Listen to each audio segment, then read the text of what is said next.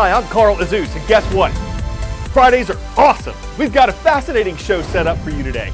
It takes a look back at a series of events that happened in Southeastern Asia this summer and became one of the greatest rescue stories of the 21st century. It involves 12 young soccer players, their coach, and a group of international heroes who risked their own lives to save those of the others. On Thursday, in the capital of Thailand, the nation's prime minister welcomed the team. And for the first time since they were brought to safety by a group of cave experts and divers, the team and the rescuers met face to face.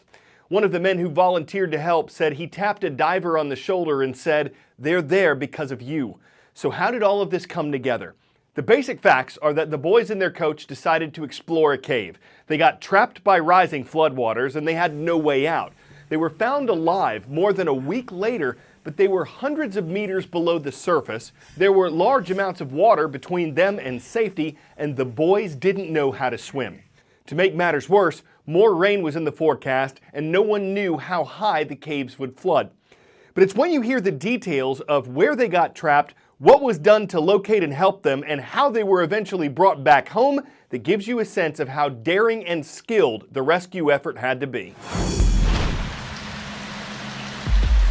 Has there ever been a cave rescue quite like this one? The Thai military, allied with an international team of volunteers, searching until the lost boys were found and daringly rescued in remote mountains in northern Thailand. So much of the drama happened in the dark, out of sight. But it begins with a haunting image in silhouette. Kids' bikes chained up in a row at the cave entrance. Football boots, shin pads, left behind with no sign of their owners. The date, Saturday, June 23rd. And this was the missing party, what we can now refer to as the miraculously lucky 13, the Wild Boars football team plus their young coach. They went missing after match practice. They'd explored this particular cave before, but were apparently trapped by a sudden monsoon flood. Water, and more water. In came the piping and the pumps, and Thai Navy SEALs. As the water continued to rise, the equipment for a serious diving operation was transferred by hand and by hoist deep into the cave. Where were the boys? Could they be reached in time? The place is known as the Big Cave for a reason. Almost 7 miles of limestone tunnels and recesses, nooks and crannies. Anxious, distressed relatives could only wait and offer prayers. The cave, known as Tham Luang, was mapped by French divers in the 1980s. It's among the longest in Thailand. But it's the first few miles of the cave that concern us here. The most recent survey was carried out by this man, Vern Unsworth, a British caver who has a home in the area. His immediate advice was call in British experts.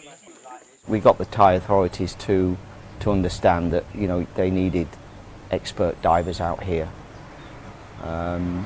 Because cave diving it's specialist, nil-vis. It's like diving with, you can't see 3 inches in front of your face. And they needed world-class divers, and that's what we got. Rick Stanton on the left, a retired fireman from Coventry, and his diving partner, John Volanthan, an IT consultant from Bristol. In cave diving, they're pretty much as good as it gets. At the request of the Thai Command Centre, they were flown out from Britain. On the ground, they almost passed unnoticed. Just 2 guys in dark shorts, T-shirts and Wellington boots. The British divers made their first exploratory dive on Wednesday, June 27th, 4 days after the boys went missing. The challenge was immediately obvious. Water the colour of cold coffee, almost no visibility, swimming against a torrent of water, the engorged stream that runs through the cave. The divers were able to lay down a crucial guide rope. And on the 7th day of diving, on Monday, July the 2nd, they found the boys perched on a rocky ledge and were met by an unforgettable chorus of little voices. Thank you. How many of you? 13. 13. Yeah, 13. Brilliant. What day? What day is it, the boys ask. Monday. Monday. You have been here 10 days. 10 days. You are very strong. Navy SEAL will come tomorrow with food and doctor and everything. I am really happy. We are happy too. Yes. Thank you so much. Thank you. Okay. So where you come from? England, UK. Oh. Oh, indeed, a nice surprise. England, home to Manchester United and Arsenal, some of their favourite teams. The euphoria among relatives outside was immediate. The British team, some 8 British divers in all, were warmly embraced, hugs all around. They'd brought hope out of the darkness.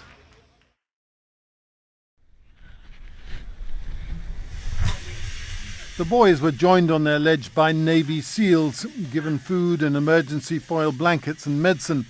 They sent messages to their parents, wrote letters that were carried out.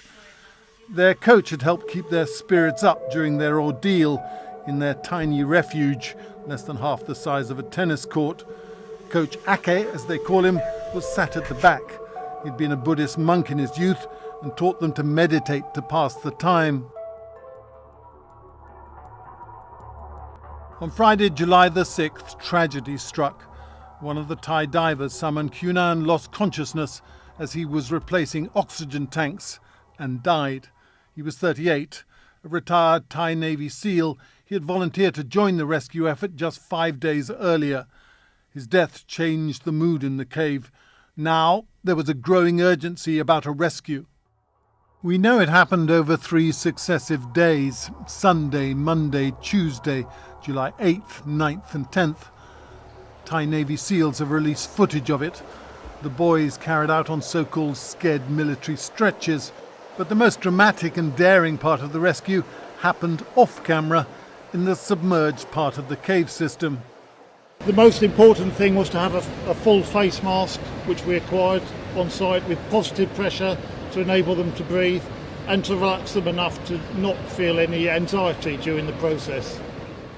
It seems then that the boys were somehow escorted out one by pairs of divers before being put into stretchers. Myself and Jason Mallinson came out after Rick and John, and our role was to help transport the boys underwater through the cave to bring them out.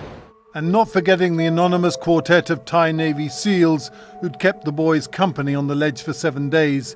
They were the last out after the boys. Just to get any of them out alive would have been a miracle, but to get 13 out of 13 won't happen again. It's the biggest miracle ever.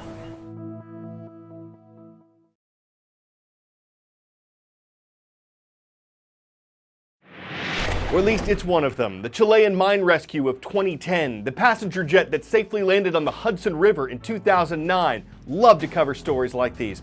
Our daily current events coverage picks back up on Monday. We hope to see you then.